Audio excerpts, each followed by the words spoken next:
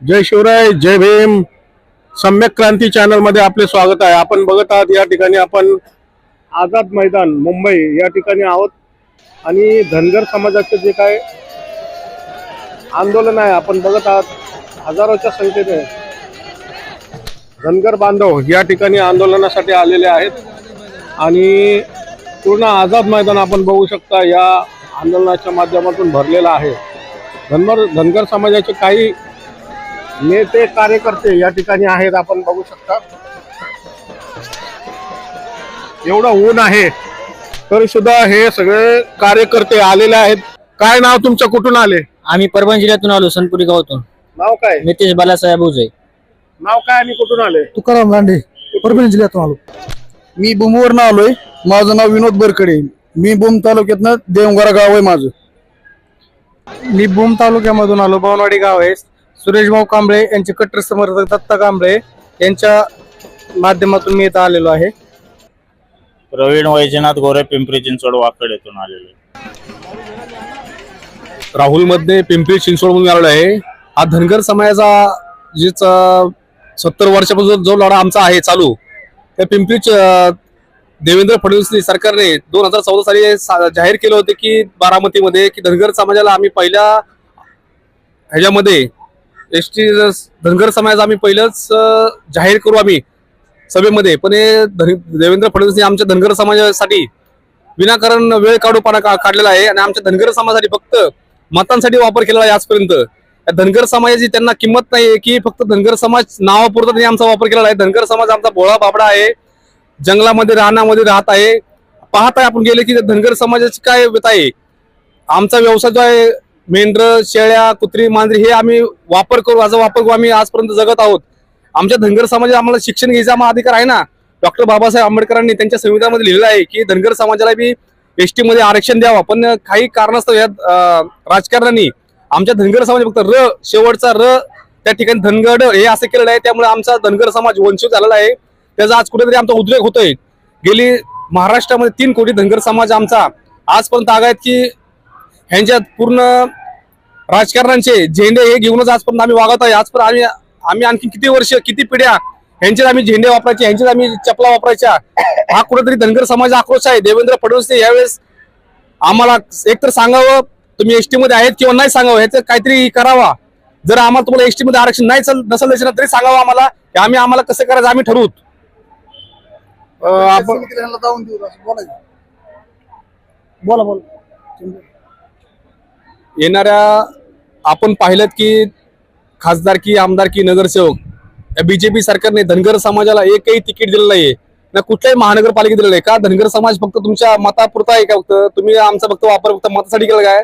पण जे आता येणारी स्थानिक जे निवडणूक आहेत, ग्रामपंचायत, जिल्हा परिषद, आम्ही तुम्हाला दाखवून देऊ की धनगर समाज काय. एकदा धनगर मध्ये धनगर आहे ना, काना ना मात्रा सळसळती तलवार आहे. धनगर जितका शांत आहे तितका रागीट पण आहे. धनगर जर उठला तर हत्ती आहे, कोण आवडणार पण नाहीये. या देवेंद्र फडणवीस याची जाणीव घ्यावी. आज तुम्ही पाहताय की दीपक बाबरोडेंनी 21 तारखेचा आझाद मैदानाचं या ठिकाणी आंदोलन उभा केलं. पण या प्रशासनाने, पोलीस प्रशासनाला सांगून धनगर समाजाला आम्हाला वेळोवेळी प्रत्येक ठिकाणी अडवलं आहे आणि जेल बंद केलेलं आहे. माझ्या सहकार्याला धनगर समाज सर्वांना सांगत आहे की कुणी घाबरू नका, घाबरून जाऊ नका. कारण काय, या प्रशासनाने आपल्याला वेठी धरलेलं आहे, आपल्याला घाबरवण्याचा प्रयत्न केला आहे. पण माझ्यासारखा अनेक बांधव दीपक भाऊच्या माध्यमातून या आझाद मैदानावर आम्ही आलो आहेत. दीपक भाऊच्या माध्यमातून आम्ही या ठिकाणी धनगर आझाद मैदान आम्ही पूर्ण पॅक करू. जोपर्यंत देवेंद्र फडणवीस त्यांचा निकाल सांगत नाही तोपर्यंत आम्ही आझाद मैदान आम्ही सोडणार नाहीये. मागणी काय तुमची? आम्हाला धनगर समाज एसटी आरक्षणाची आमची अंमलबजावणी आहे ती आम्हाला पूर्ण झालीच पाहिजे. कारण आम्ही भीक मागत नाहीये, आम्ही आमचा हक्क घेत आहे. आमचा हक्क जोपर्यंत आम्हाला भेटत नाही तोपर्यंत आम्ही आमचं हे आझाद मैदान आम्ही सोडत नाहीये.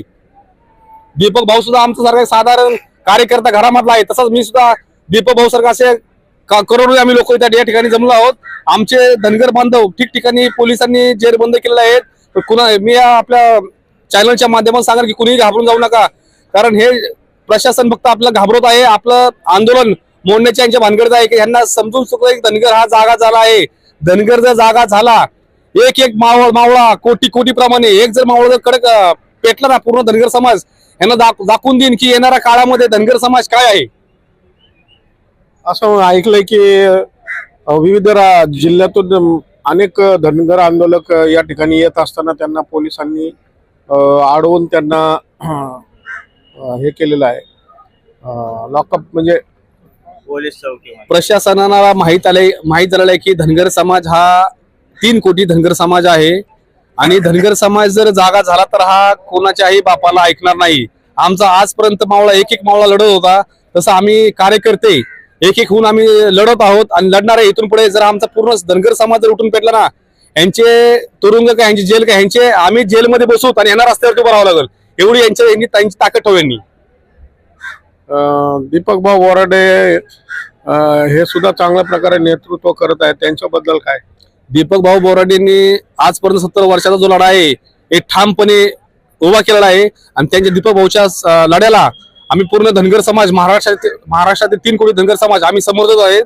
आम्हीच आमच्या दीपक भाऊला आमच्यामध्ये पाहत आहोत. दीपक भाऊ जरी इथं यायला वेळ त्यांना असेल, दीपक भाऊनं त्यांनी नजरकैद केलेला आहे, पण त्यांच्या माध्यमातून आम्ही या ठिकाणी लढा उभा केलेला आहे. आम्ही गोपीचंद पडळकर यांच्या हे का नाही सामील होते, यांच्याकडे या मागण्या का नाही पूर्ण? गोपीचंद पडळकर हे पण धनगर समाजाचे एक कार्यकर्ता नेते आहेत, ते पण आमच्या लढ्यामध्ये सामील आहेत. फक्त त्यांना जे काहीतरी पक्षाची ही आहे आडगर्दी मानावं लागेल, त्यामुळे ते समोरली येत नाहीत, पण ते बी आमच्या धनगर समाज त्यांचा बी लढा चालू आहे समाजासाठी. किती दिवस लढा करणार आहे, पुढची काय भूमिका, कुठपर्यंत लढा करणार आहे? कारण आता बरेच आंदोलन झाले, बरेच ठिकाणी तुम्ही निवेदन दिले, तुम्ही पत्र कळवले, पण अजून काय होत नाही. हा लढा आमचा शेवटचा असणार आहे, अभी नाही तो कभी नाही. जोपर्यंत देवेंद्र फडणवीस आम्हाला आमचं या एसटी आरक्षणाचं अंमलबजावणीचं पत्र आमच्या हातात देत नाही किंवा ते सांगत नाही की बाबा आम्ही तुम्हाला देऊ शकत नाही, एक तर त्यांनी आम्हाला अंमलबजावणी पत्र द्यावं किंवा त्यांनी सांगावं की आम्ही देत नाही, आम्ही खोटं बोललो असं त्यांनी सांगावं. बस 2014 साली आम्ही तुम्हाला खोटं बोललो हे त्यांनी जाहीर करावं. आम्ही आमचा लढा आम्ही जागेवर थांबवू. आम्ही आमचा तुमच्या आंदोलनाला थांबवण्यासाठी तिथं आपण बघितलं येताना मोठं पोलीस बळ लावलेलं आहे, मोठ्या संख्येने पोलीस आलेले आहेत आणि त्या ठिकाणी तुम्हाला बघितलं की रस्त्यामध्ये त्या ठिकाणी गेटच्या तिथं आणि गेटच्या बाहेर पार रस्त्यापर्यंत पोलीस आहे. हे षडयंत्र आहे बीजेपी सरकारचं. धनगर समाजाला जे आहे ते द्यायचं नाहीये, त्याच्यामुळे पोलीस प्रशासन आमच्या भोळ्या बाबड्या धनगर समाजातील युवकांना अडवत आहे आणि भीतीचे वातावरण निर्माण केलेलं आहे. दीपक भाऊंचं जे 21 तारखेचं आझाद मैदान आंदोलन आहे, कसं त्यांना स्थगित करता येईल, कसं मोडता येईल, हे त्यांची दिशा धनगर समाजाची दिशाहीन करत आहेत. सरकार हमसे डरती है, पुलिस को आगे करती है. जोपर्यंत धनगर उठून पेटला आहे, लक्षात घ्या, धनगर उठून पेटला आहे. सरकार हमसे डरती है, पुलिस को आगे करती है. हे असंच पोलीस आम्हाला अडवत आहे, ठिकठिकाणी आमच्या धनगर बांधवाला अडवत आहे, जेल बंद करत आहे, पण ह्याला आम्ही जुमानत नाहीये.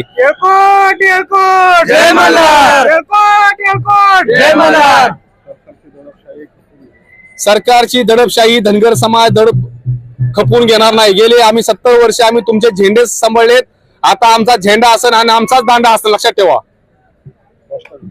दीपक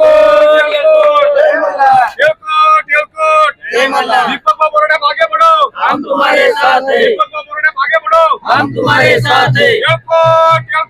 जय मल्हार. मल्हारराव होळकरांचा जय असो.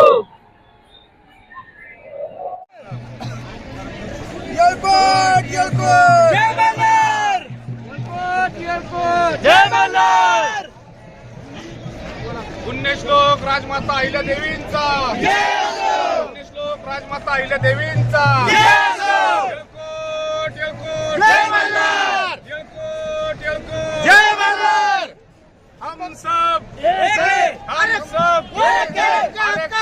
नाही कुणाच्या बापाचं, नाही कुणाच्या बापाचं. कोण म्हणते देत नाही, एकाशिवाय राहत नाही. कोण म्हणते देत नाही, एकाशिवाय राहत नाही. नाही कुणाच्या बापाचं. दीपक बोराडे आगे बढ़ो, दीपक बोराडे आगे बढ़ो, हम तुम्हारे साथ हैं.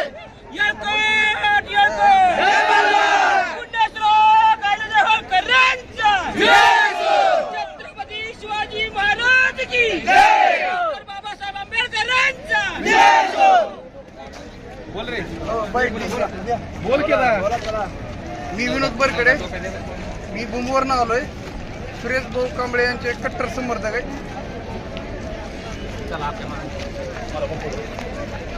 जय मल्हार. आज मोठ्या प्रमाणात धनगर समाज हा आझाद मैदानमध्ये दाखल झालेला आहे. पण पोलिसांच्या दडपशाहीमुळं अनेक कार्यकर्ते आजूबाजूला इकडं तिकडं फिरत आहेत, पोलिस उचलत आहेत, आतमध्ये टाकतायत. असं जर करत आलात तर धनगर समाज जर एकदा पेटला तर कुणाच्या बापाला रेटत नाही. ती सांगण्यासाठी आज बोंबपरांड्यात नाही मी तुमच्याकडे आलोय.